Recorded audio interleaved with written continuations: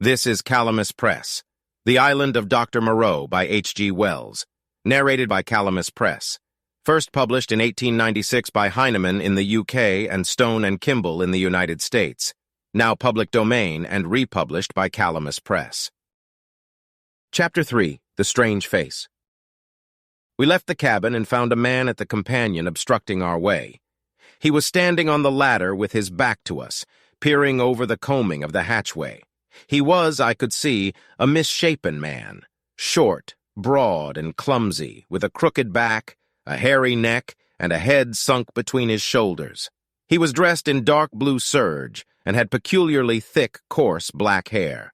I heard the unseen dogs growl furiously, and forthwith he ducked back. Coming into contact with the hand I put out to fend him off from myself, he turned with animal swiftness. In some indefinable way, the black face thus flashed upon me shocked me profoundly. It was a singularly deformed one. The facial part projected, forming something dimly suggestive of a muzzle, and the huge, half-open mouth showed as big white teeth as I had ever seen in a human mouth. His eyes were bloodshot at the edges, with scarcely a rim of white round the hazel pupils. There was a curious glow of excitement on his face. "Confound you!" said Montgomery. "Why the devil don't you get out of the way?" The black-faced man started aside without a word. I went on up the companion, staring at him instinctively as I did so. Montgomery stayed at the foot for a moment. "You have no business here, you know," he said in a deliberate tone. "Your place is forward." The black-faced man cowered. "They won't have me forward." He spoke slowly with a queer, hoarse quality in his voice. "Won't have you forward," said Montgomery in a menacing voice. "But I tell you to go."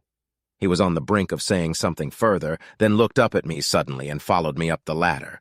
I had paused halfway through the hatchway, looking back, still astonished beyond measure at the grotesque ugliness of this black-faced creature. I had never beheld such a repulsive and extraordinary face before, and yet, if the contradiction is credible, I experienced at the same time an odd feeling that in some way I had already encountered exactly the features and gestures that now amazed me. Afterwards it occurred to me that probably I had seen him as I was lifted aboard, and yet that scarcely satisfied my suspicion of a previous acquaintance. Yet how one could have set eyes on so singular a face and yet have forgotten the precise occasion passed my imagination. Montgomery's movement to follow me released my attention, and I turned and looked about me at the flush deck of the little schooner. I was already half prepared by the sounds I had heard for what I saw. Certainly I never beheld a deck so dirty. It was littered with scraps of carrot, shreds of green stuff, and indescribable filth. Fastened by chains to the mainmast were several grisly staghounds, who now began leaping and barking at me, and by the mizzen a huge puma was cramped in a little iron cage far too small even to give it turning room. Farther under the starboard bulwark were some big hutches containing several rabbits, and a solitary llama was squeezed in a mere box of a cage forward. The dogs were muzzled by leather straps. The only human being on deck was a gaunt and silent sailor at the wheel.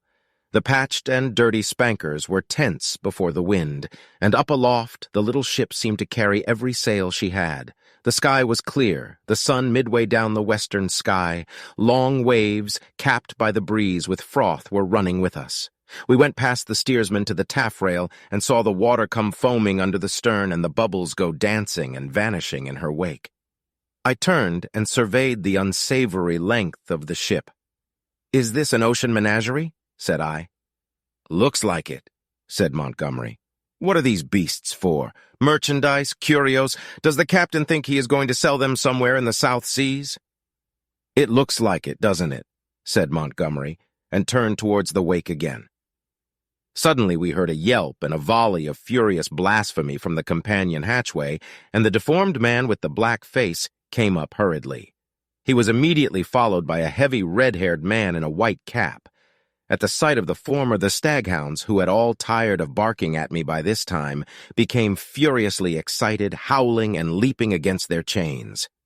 The black hesitated before them, and this gave the red-haired man time to come up with him and deliver a tremendous blow between the shoulder blades.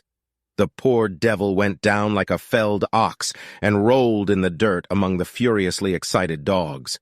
It was lucky for him that they were muzzled. The red-haired man gave a yawp of exultation and stood staggering, and as it seemed to me in serious danger of either going backwards down the companion hatchway or forwards upon his victim. So soon as the second man had appeared, Montgomery had started forward. "Steady on there!" he cried, in a tone of remonstrance. A couple of sailors appeared on the forecastle. The black-faced man, howling in a singular voice, rolled about under the feet of the dogs. No one attempted to help him. The brutes did their best to worry him, butting their muzzles at him. There was a quick dance of their lithe, gray-figured bodies over the clumsy, prostrate figure. The sailors forward shouted, as though it was admirable sport. Montgomery gave an angry exclamation and went striding down the deck, and I followed him. The black-faced man scrambled up and staggered forward, going and leaning over the bulwark by the main shrouds, where he remained, panting and glaring over his shoulder at the dogs. The red-haired man laughed a satisfied laugh. "Look here, Captain," said Montgomery, with his lisp a little accentuated, gripping the elbows of the red-haired man. "This won't do." I stood behind Montgomery. The captain came half round and regarded him with the dull and solemn eyes of a drunken man. "What won't do?" he said, and added, after looking sleepily into Montgomery's face for a minute, "Blasted sawbones." With a sudden movement he shook his arms free, and after 2 ineffectual attempts, stuck his freckled fists into his side pockets. "That man's a passenger," said Montgomery. "I'd advise you to keep your hands off him." "Go to hell!" said the captain loudly. He suddenly turned and staggered towards the side. "Do what I like on my own ship," he said. I think Montgomery might have left him then, seeing the brute was drunk, but he only turned a shade paler and followed the captain to the bulwarks. "Look you here, Captain," he said. "That man of mine is not to be ill-treated. He has been hazed ever since he came aboard." For a minute, alcoholic fumes kept the captain speechless. "Blasted sawbones," was all he considered necessary. I could see that Montgomery had one of those slow, pertinacious tempers that will warm day after day to a white heat, and never again cool to forgiveness. And I saw, too, that this quarrel had been some time growing. "The man's drunk," said I, perhaps officiously. "You'll do no good." Montgomery gave an ugly twist to his dropping lip. "He's always drunk. Do you think that excuses his assaulting his passengers?" "My ship," began the captain, waving his hand unsteadily towards the cages, "was a clean ship. Look at it now." It was certainly anything but clean. "Crew," continued the captain. "Clean, respectable crew. You agreed to take the beasts. I wish I'd never set eyes on your infernal island. What does the devil want beasts for on an island like that? Then that man of yours understood he was a man. He's a lunatic, and he had no business aft. Do you think the whole damn ship belongs to you? Your sailors began to haze the poor devil as soon as he came aboard. That's just what he is. He's a devil, an ugly devil. My men can't stand him. I can't stand him. None of us can't stand him. Nor you either." Montgomery turned away. "You leave that man alone anyhow," he said, nodding his head as he spoke. But the captain meant to quarrel now. He raised his voice. "If he comes this end of the ship again, I'll cut his insides out, I tell you. Cut out his blasted insides. Who are you to tell me what I'm to do? I tell you I'm captain of this ship, captain and owner. I'm the law here, I tell you, the law and the prophets.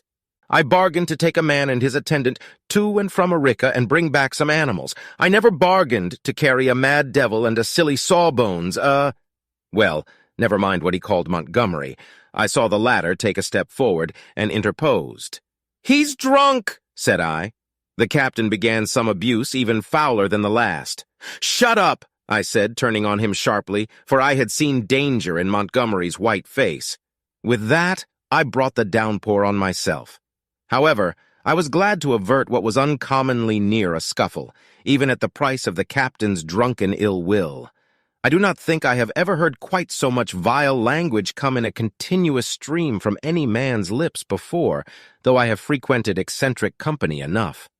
I found some of it hard to endure, though I am a mild-tempered man, but certainly when I told the captain to shut up, I had forgotten that I was merely a bit of human flotsam, cut off from my resources and with my fare unpaid, a mere casual dependent on the bounty or speculative enterprise of the ship. He reminded me of it with considerable vigor, but at any rate, I prevented a fight. This concludes Chapter 3 and this preview of The Island of Dr. Moreau by H.G. Wells. To continue reading in ebook format, click the link in the description.